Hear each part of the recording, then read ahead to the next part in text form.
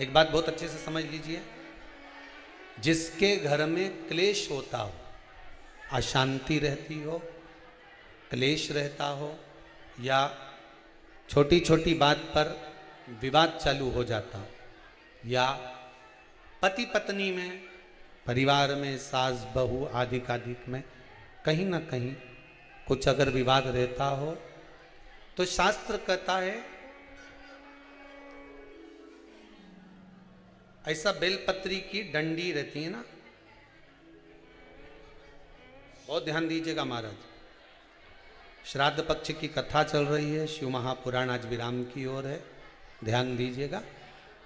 जैसे ये बेलपत्री की जो डंडी होती है, डंडी का जो भाग होता है बेलपत्री की, ऐसा बेलपत्री की 7 भाग ले लो, मतलब बेलपत्री 7 ले लीजिए।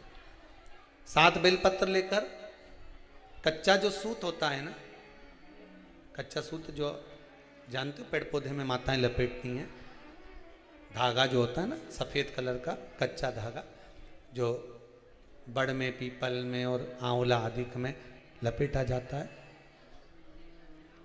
कच्चा सूत, उसको शंकर भगवान और माता पार्वती का स्मरण कर कर नंदी के, जो नंदी होता है, नंदी के राइट भाग में, नंदी का एक पांव ऊंचा होता है, आपने देखा होगा आगे का पांव ऊंचा होता है, बैठते समय नंदी का एक पांव ऊंचा है, एक पांव नीचे की ओर जाता है।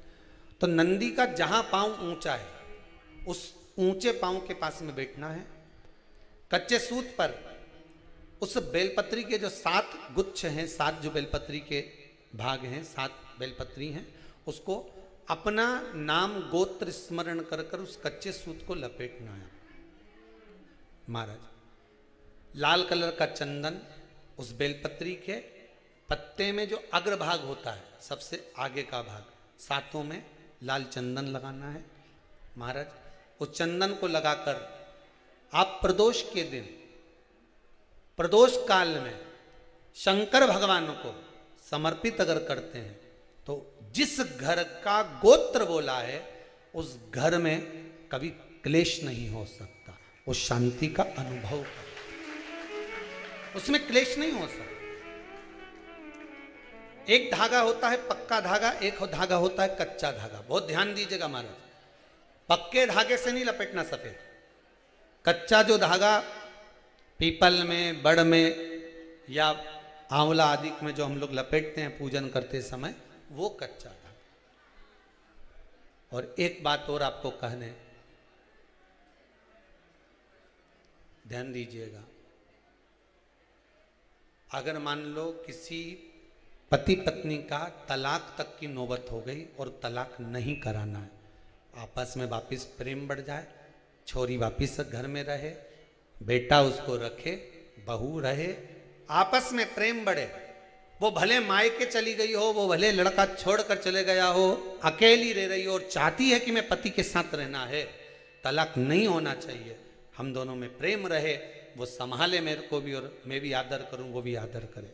तो मेरा निवेदन है, कच्चा जो सूत होता है, कच्चा जो धागा होता है, नंदी के ठीक पीछे बैठकर कोई साथ में आपका परिवार का कोई व्यक्ति चले जाए और हस्तकमल को, जिसको अपने परिवार में वापिस रहना है, उस स्त्री हो या पुरुष हो, दोनों में से कोई भी नंदी के पीछे बैठकर, सोमवार की जिस दिन अष्टमी पड़े उस दिन नंदी के पीछे बैठकर हाथ को ऐसा बंद करना है, हाथ में एक बेलपत्री रखना है, सीधी सीधी बंद कर कर 7 बार उस हाथ पर कच्चा सूत लपेट देना है, उस सूत को वापस निकाल लेना है बेलपत्री के साथ, बेलपत्री के साथ में, और बेलपत्री को तो अपने पास में रखना।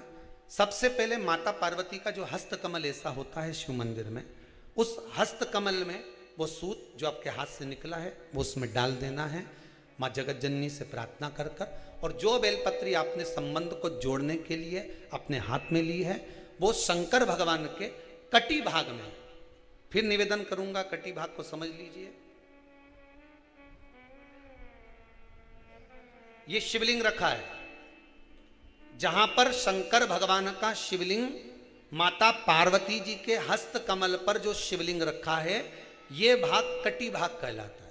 इस जगह पर जहां शंकर और पार्वती का मिलन हुआ है, उस जगह पर उस बेलपत्री को रख देना है। महाराज ज्यादा से ज्यादा 3-4 महीने लगते हैं, दोनों में वापिस प्रेम बढ़ जाता है, दोनों एक हो जाते हैं।